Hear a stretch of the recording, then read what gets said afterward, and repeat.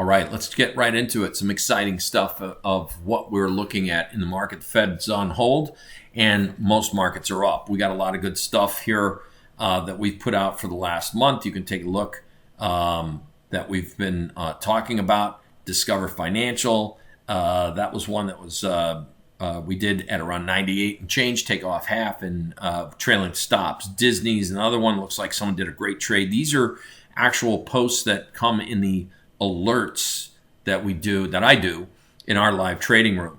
A lot of these trades also I take for myself and others, and we'll go through that in just a minute. Exelon, utility stock, Rivian, which has done all right. Main focus was AMD, looked to buy bull call spreads. Those we've actually had to roll up and out because now AMD's to the upside. You'll notice one of the details that we've put out is looking at, doing our own analysis on the economic reports that come out. I don't really like to listen to other analysts on TV's opinions. We go straight to the source of where the number comes, and it gives us a better edge, because sometimes the folks on TV, they don't cover maybe the more devil in the detail stuff. They just cover the headline news, and it could be misleading. Back on December 8th, and that wasn't that long ago, we made a strong recommendation for the IWM to look at the bull calls, 9 wide bull call spreads paying 210. John Deere lagging behind Cat, but it's showing improvement. John Deere setting up for a multi-week rally. My Lord, that was an understatement of the month. Other stocks, new buy signals. We had Walgreens, CVS, Medtronics, Allison Transmission, Cummins, Land's End, Biotech. These are all stocks that just exploded and paid off handsomely. Zscaler, I like to tease and talk about that because it's Zscaler, Zscaler. It just sounds French to me. Zscaler. Anyway, Ecolab was another one in the water purification and medical containment industry. Ecolab, wow, what another move. DoorDash is one that's not done as handsomely. So Burlington Coat Factory, they're called just Burlington now. Another one that we did on spreads. AMD, January 5th, the 40-46 call spreads at 210. And they're going to ramp up to their 212 highs to 160. That's another one that's coming in. Forgotten cybersecurity stock, left for the land of the misfits. We posted this the other day, called Fortinet.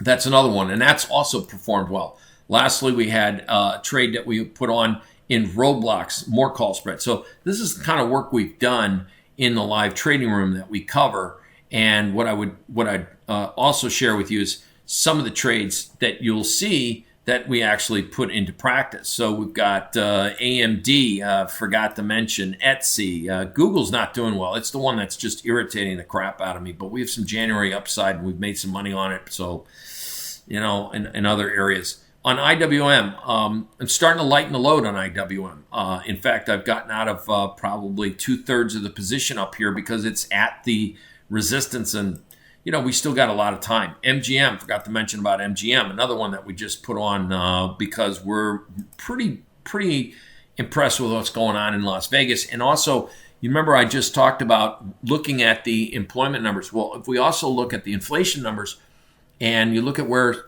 service hirings in the employment number data said it was coming from restaurants and service industries. I got to tell you something. If you go to Las Vegas, there isn't a single casino that MGM doesn't own that doesn't have a phenomenal restaurant. Bellagio's got Prime. I don't even want to talk about Javier's over at Aria because that's the best Mexican food ever.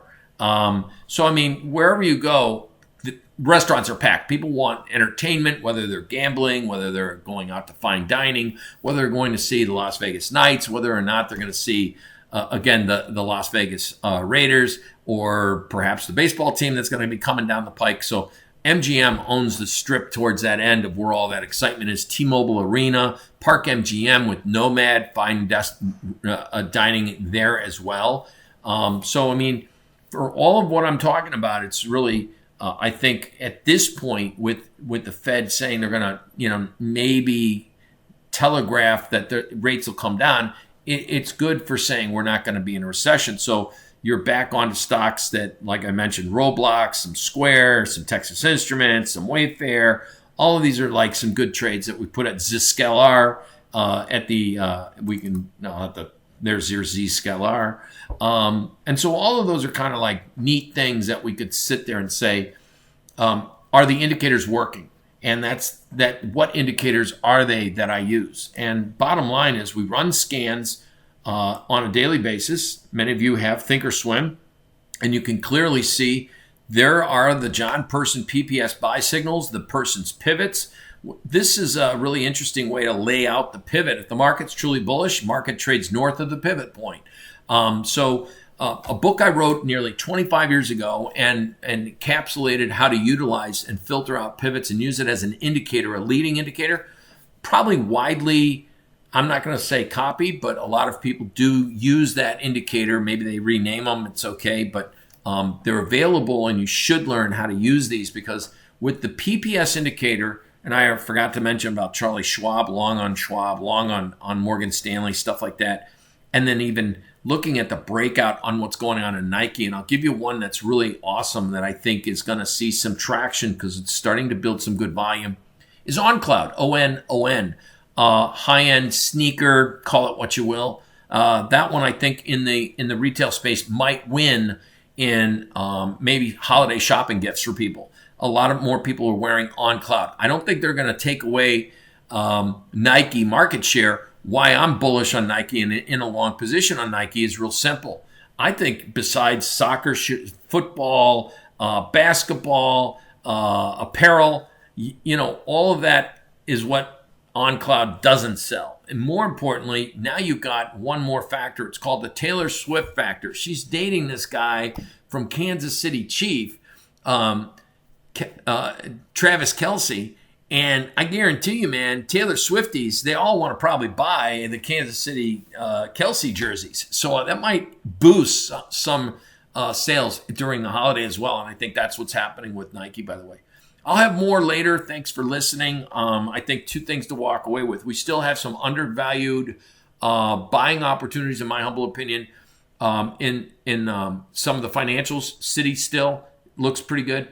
And I know that's sounds crazy. Morgan Stanley, don't sell out of Morgan Stanley. I think it's got a run coming back to test the summer's highs at 95. Fortinet, I just mentioned. I think it's right there on our screen.